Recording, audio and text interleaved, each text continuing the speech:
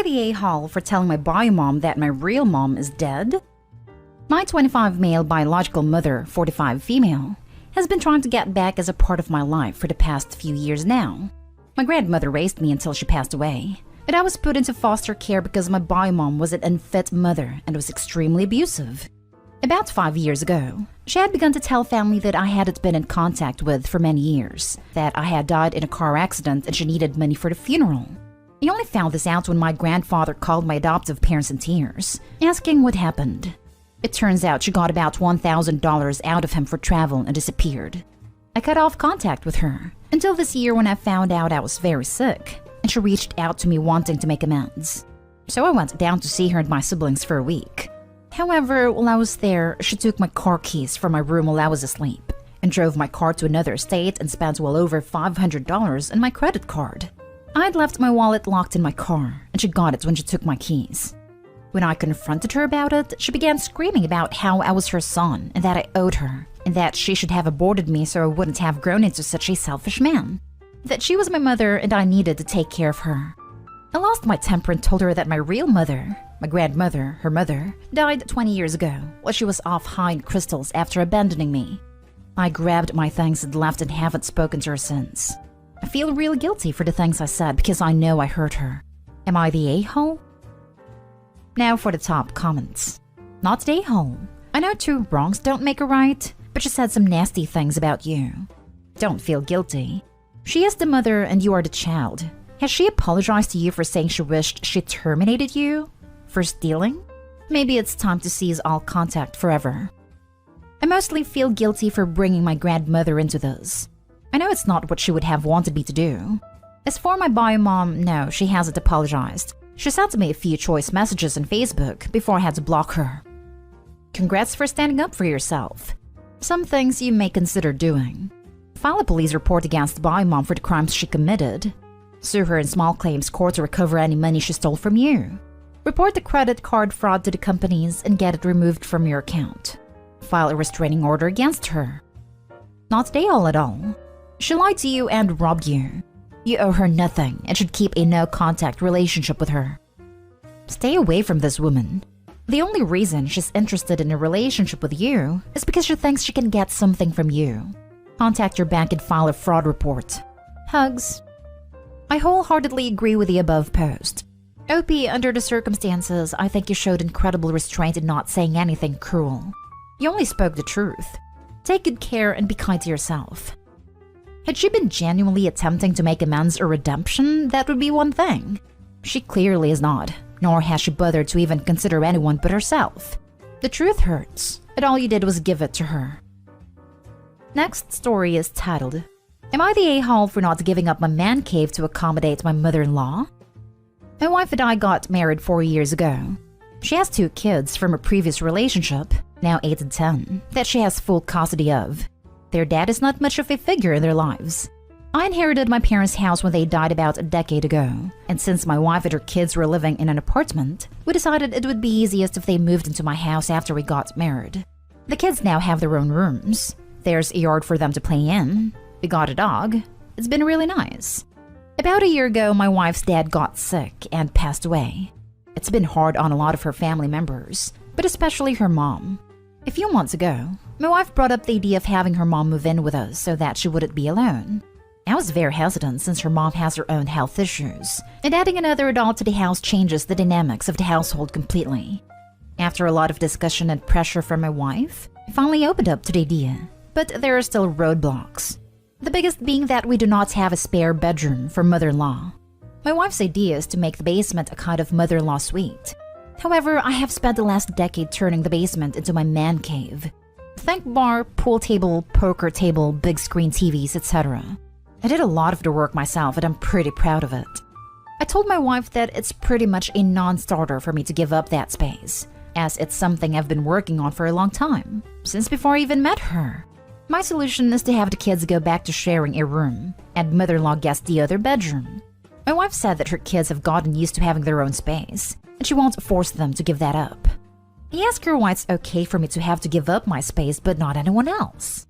I told her I am the one who is gaining nothing from having mother-in-law move in. Mother-in-law would get to be around family. My wife gets her mom clothes. Kids get their grandma. And I would have to give up something that I worked long and hard for? Doesn't exactly sound like a sweet deal for me. She called me a selfish a-hole and told me I'm being ridiculous and stubborn. She told me that this is now her house too, and she's not going to make her kids sacrifice their space when we have a perfectly good space that mother-in-law could use. I told her that the basement is the one place in the house that I do not want changed, under any circumstances. No exceptions. We've been fighting about this for weeks with neither of us willing to budge. My wife is getting more and more hostile towards me and our relationship is suffering. Do I just need to bite the bullet and give up my space? I think I'm already giving up a lot by allowing mother-in-law to move in with us, but am I being an a-hole about this? Not an a-hole. I'm female. If I was childless with a house inherited from my parents, then later married a man with 2 kids who all moved in, then 4 years later get called selfish for not wanting to give up my craft room or whatever for his mother. To be honest, I wouldn't even entertain mother-in-law moving in and tell him to figure out a way to rent or replace nearby as he's presumably not paying for a mortgage. I would be livid. You don't want to give up your space. Where will you hide when you have enough of mother-in-law? Wife doesn't want kids to share rooms. The answer is obvious. Mother-in-law should not move in.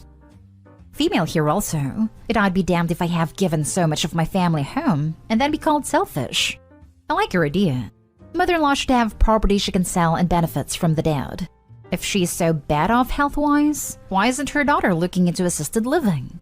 Sounds like she's trying to claim some sort of squatter's rights by having mother-in-law there so she can leave Opie and take his house. Again, Opie, I hope she isn't on the deed.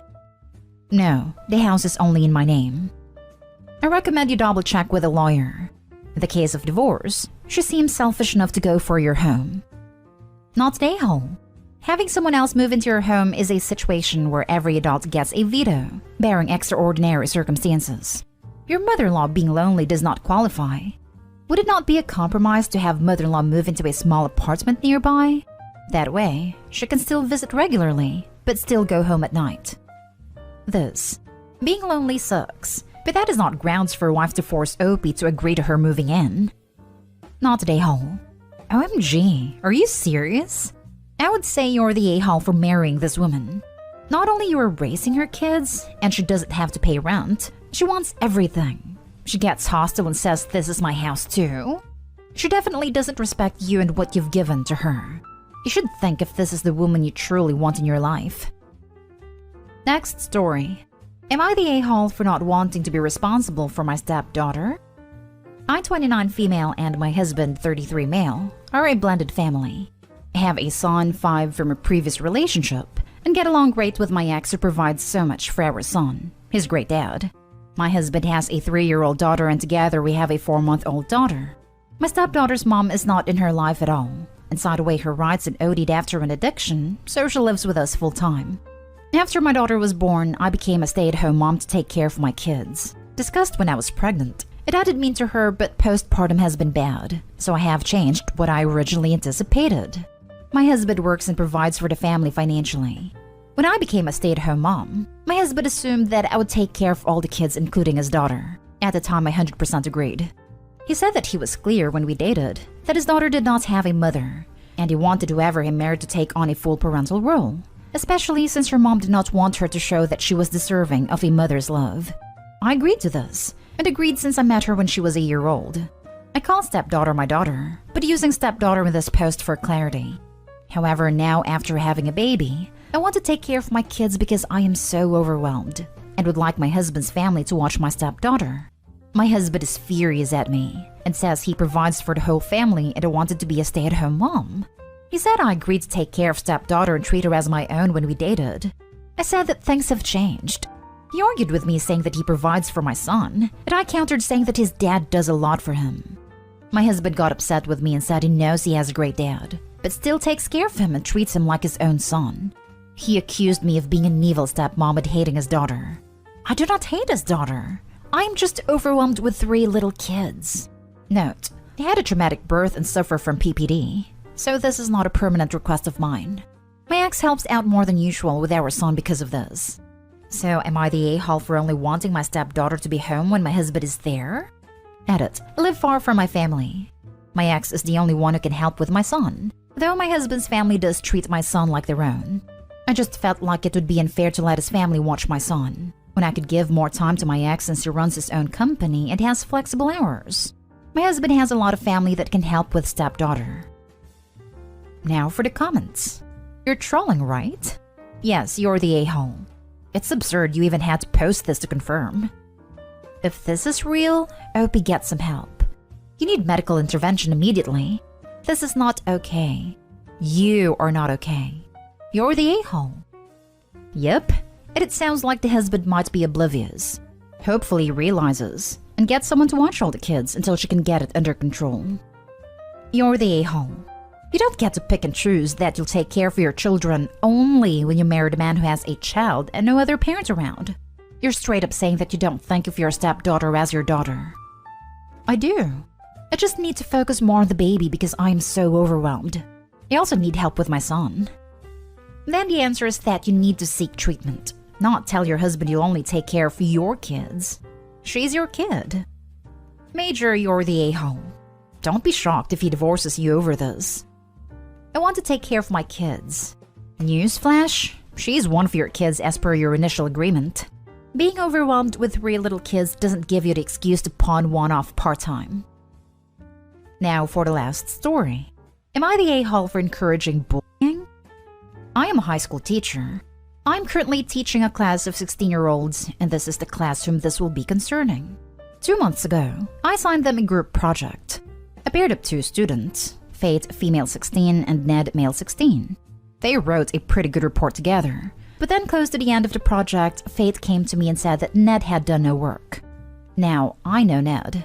He's well-liked, which is relevant, but also very hardworking and super dedicated. So I was surprised to hear that he had done this.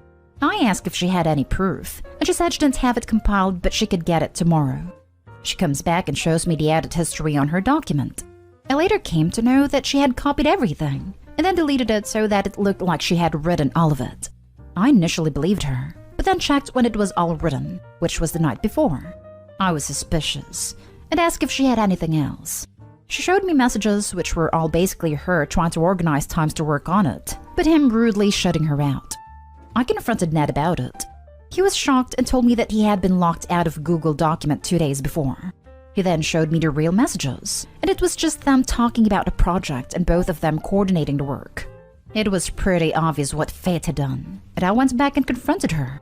I demanded to see the full edit history, and it showed that the workload was actually more 70% to 30%, and Ed had done roughly 70% of the work. I asked her why she had done this, and she told me that she thought that if he hadn't done any work, she'd get a higher grade. I was pissed, because if I had believed her, it's literally a 0% grade for Ned, and his average would have been completely wrecked. I took this to the principal and she was given a 4-day school suspension. I should also add, Ned wants to go into a career where he needs an insanely high average. Ned told the class, and now they all basically hate Fate. She wasn't very well liked before, but now she was actively phased out of conversations. When there were social gatherings outside of school, she was excluded. It's at the point where she's crying every day. I feel bad for her, but it is really her fault, and she's facing her consequences. Now, her mother recently came to school screaming at me and saying that she's having mental breakdowns every day because of the social exclusion and bullying. She's saying I need to talk to the class and tell them they all need to include Fate or else. She also wants Ned punished for telling everyone. Whilst I feel bad for her, I don't feel fair punishing Ned, because this wasn't some super private conflict. It was just a matter of group work, and as such, I never told Ned to not tell anyone. Furthermore, it's just common decency to not pull something like this, and Fate could have ruined his entire life. We're not in the US. Our high school grades matter as that's what gets these kids into college courses which determine their lives. Not day home. First of all, I do not see any part of this situation where you are encouraging bullying. If anything, you were just encouraging the truth to be heard. That girl was willing to ruin someone's work and grades for her own sake because of her selfishness. It lied to a teacher as well as creating fake evidence to prove her claim, which is very wrong. Also, Ned had every right to share the truth to anyone he wanted. I mean, if Fate was ready to do that to him, then what would stop her from doing it to other students every time she doesn't feel like doing her part of the work? The class has the right to know what they might risk if they end up paired with her. I do not support bullying in any way, but she caused the situation to herself. Not you, nor did the other student. She didn't even show any ounce of shame or regrets for what she did. I mean, the least she could do if she truly wants things to get better is to go formally apologize. How else does she expect people to see her as a good person, or the situation to calm down, if she doesn't play the part? I would advise you to just say a word to the class to not take things too far, as there's a limit to justice. This 100%, especially at the high school level, students know the consequences of cheating and lying. But more so what happens when you do it to someone well-liked. Her mom is barking up the wrong tree, and if it is that bad, she should consider transferring her. Not today home. Play stupid games, win stupid prizes. Maybe look out for fate though, in case she has some problems with life after her incident. Hopefully she changes for the better. If not, then it's her life. She needs a new school and start fresh. Tell the principal about her mother's demands. Fate isn't that bright. I shouldn't foresee Ned having messages saved on his own phone. Not today home. You confronted Ned with the info Fate had given you, and he refuted it. You didn't snitch on her. You investigated her claims. She tried to manipulate you and was perfectly happy for Ned to fail the assignment, but now her peers are treating her accordingly. I'm not sure how you can force a group of 16-year-olds to include someone in their social activities. Unfortunately for her, it's a case of play stupid games, win stupid prizes. I would probably escalate the issue to the school leadership team. She essentially tried to cheat on an assignment, but now her mother has made a complaint. Her mother will likely escalate the matter herself if things don't change, so it's best to get in first so the school is properly informed. Having said all that, she shouldn't have to suffer social exclusion for the rest of her time at school because of one selfish act. Is there a school psychologist who can provide some suggestions on how to help her integrate back into the social group?